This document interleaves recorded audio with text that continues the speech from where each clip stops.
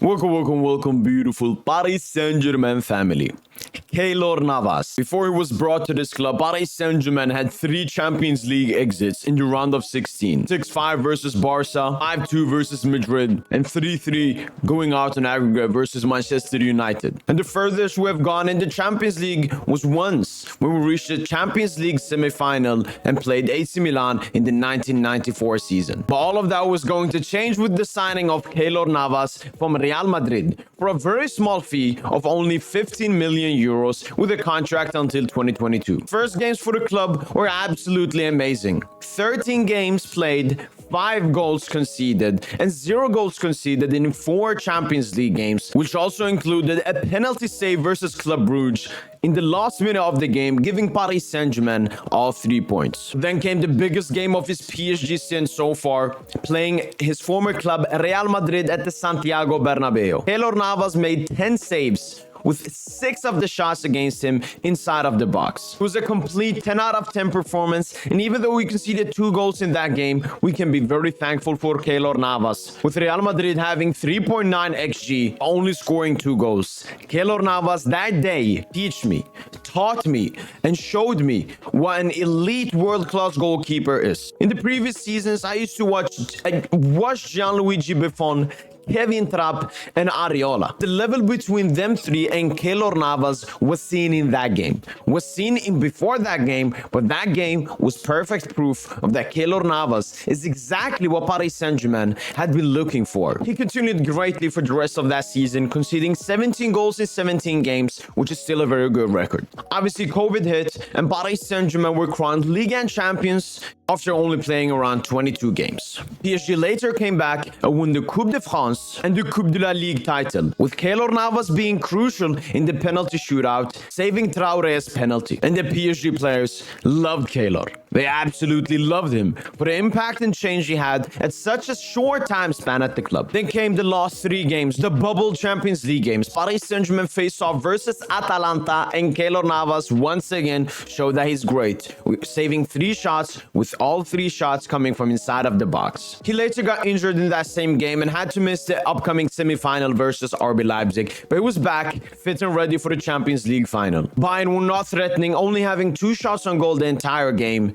1 Keylor saved, but the Coleman header he could not save, and Paris Saint-Germain lost the Champions League final. But that shouldn't take away anything from Keylor Navas and the impact he had for Paris Saint-Germain that season. We reached our first semi-final since the 1994 season and our first Champions League final in our entire history, only conceding 6 goals along the way in the Champions League, which is one of the best of all time. Keylor Navas also ended the Ligue 1 season only conceding 18 goals in 32 games, which once again is an elite number. Second season came up, and as we know as PSG fans, it was a very roller coaster season. Keylor Navas conceded 16 goals in 25 games until the sacking of Thomas Tuchel and Mauricio Pochettino was brought in. One of the first games in Pochettino's time was obviously the Trophée du Champion final versus our arch rivals Marseille, which we subsequently won, with Keylor Navas once again having a good performance. But the biggest performances of Keylor Navas' stint was about to come. Paris Saint-Germain played FC Barcelona at the Camp Nou, and we all know what happened there. 4-1 victory. But we came back to the Parc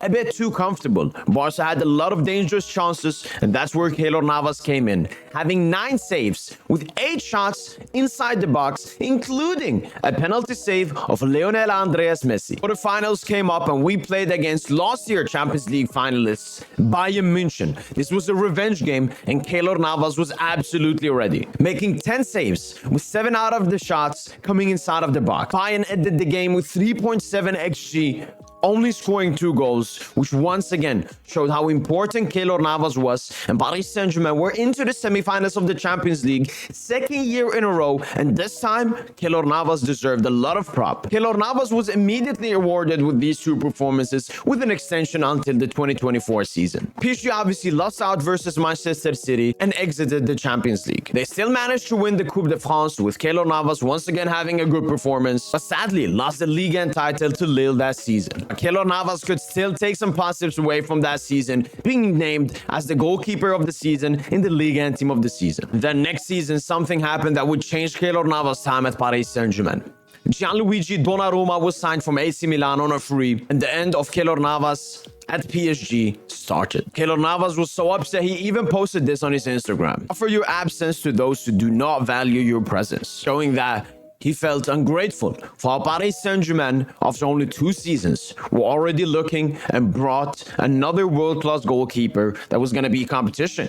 And obviously, maybe the first goalkeeper. The relationship between Keylor Navas and 𝐊𝐿𝐿 Donnarumma was obviously never perfect. They were competing for the same spot and they would never have a positive relationship between each other. But what made it even worse with our manager at the current time, 𝐊𝐿𝐿 Pochettino, instead of using one of them, choosing one as the first goalkeeper, he was using them the same amount of times pretty much, which fucked up both goalkeepers' confidence, with obviously 𝐊𝐿𝐿 Donnarumma making that mistake versus Real Madrid. That could be blamed on Pochettino's usage of both goalkeepers, and if Keylor Navas had played that game, that mistake would not have happened. I'm very sure. Both goalkeepers ended the season with 26 games to Keylor Navas and Donnarumma 24. Donnarumma had played 11 games in the first part of the season compared to Keylor Navas, which shows that Keylor Navas was the first goalkeeper in the first part. In the second part, Donnarumma played 13 games compared to Keylor Navas 9 games. So the switch from Navas to Donnarumma had already happened this season in one of the strangest way I've ever seen. Pochettino was obviously sacked from Paris Saint Germain and 𝐍𝐀𝐕𝐀𝐒 came in as the new manager. The door was open for Keylor Navas for a departure from Paris Saint Germain, with him declining a move to Napoli after Paris Saint Germain did not want to pay the rest of his wages. The rest of the 6 months, he stayed pretty much as an assistant goalkeeper to 𝐊𝐿𝐿 Donnarumma, sitting on the bench most of the time and training with him in the PSG trainings. He later got to play 2 performances in the Coupe de France versus 𝐊𝐿𝐿 and 𝐊𝐿𝐿. After that, he was loaned down to Nottingham Forest for 6 months. When he came back to Paris Saint Germain the season off, new man was the manager of the club, Luis Enrique. Well,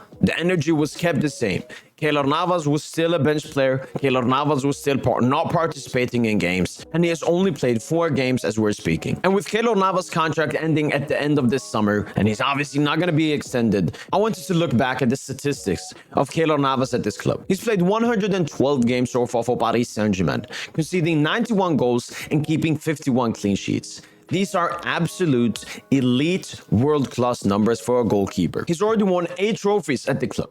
2 Ligue 1 titles, 2 Coupe de France titles, 1 Coupe de la Ligue title, and 3 Trophées du Champion. But the ending of Keylor Navas at Paris Saint Germain might be even sweeter. He is an absolute beloved figure at the club, amongst the players, amongst Nasser, and amongst Luis Enrique. And with Paris Saint Germain competing for all competitions this season, he might end his Paris Saint Germain stint and his European football career with a treble or even a quadruple, which would make him the second goalkeeper of all time with 4 Champions League trophies, after Iker Casillas. He would also join a big list of other players with 4 Champions League titles, including Sergio Ramos, Lionel Messi, Iker Casillas, Gerard Piqué, and Xavi Iniesta. Keylor Navas will always be remembered at this club as a huge part of our recent success, and I'm extremely thankful and grateful for the time you spent with us at this club. You will always be remembered as the second best goalkeeper at Paris Saint Germain after Bernard Lama, the best that I've seen. Merci, Keylor. Keylor Navas! Yeah!